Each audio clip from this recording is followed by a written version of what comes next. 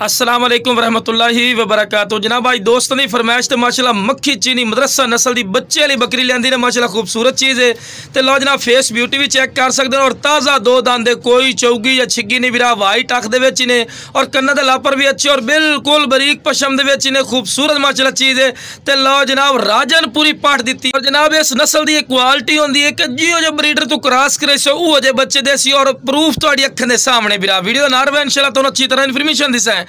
तो लो जनाब हुसन वाली चीज़ ने माशाल्लाह बकरी दी वेल चेक करो चंगी लंबी वेल और लंबे कन्ना दे विच ने और हुसन वाली चीज़ ने और बिल्कुल बराबर दा थल्ला और मुंह दो दांदे और माशाल्लाह चंगे हाइट कद दे विच ते खूबसूरत चीज़ है। तो रेट ही बिल्कुल मकूल करेंगे। पहले तुहानू हवाना माशाल्लाह चेक करवे लो जनाब माशाल्लाह हवाना चड्डा चेक करो माशाल्लाह पहले सूए च ही इन्ना प्यारा हवाना दिता जो चड्डा और दूसरे सूए च अल्लाह दे फजलो करम इस तो भी डबल होसी माशाल्लाह हवाना।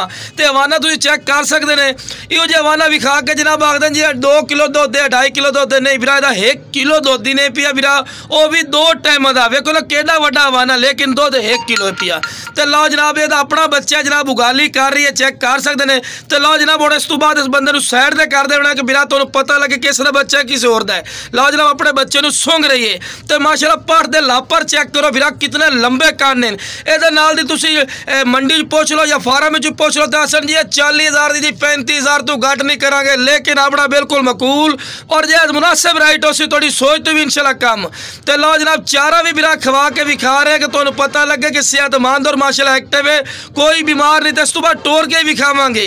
तो रेट की गल की जाए तो कोई 35-40,000 रुपया नहीं जनाब रेट सिर्फ कितना जनाब सिर्फ जनाब 28,000 रुपया रेट करते पे जाओ बिरा फिर भी प्यार मुहब्बत कर ले जेडे बिरा साडे कॉल कर सानू इंशाल्लाह फौजी गोट फार्म ते बिल्कुल मकूल और जैद मुनासिब राइट हो सी।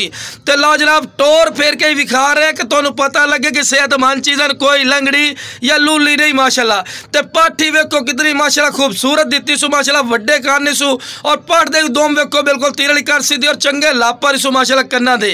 तो खूबसूरत चीज़ ने तो लो जनाब मैं तुहानू चेक करवा रहे हैं कि माशाल्लाह एक्टिव और सेहतमंद चीज़ ने माशाल्लाह हर पॉइंट वालों तुहानू चेक करने बिरा। तो रेट की गल की जाए कोई 28,000 बिरा फिक्स नहीं ने बाटा रेट नहीं ने इंशाल्लाह तुसी कॉल करनी है तुहाडी कॉल की कदर हो सी और बिल्कुल मकूल राइट ते इंशाल्लाह देवांगे बिरा।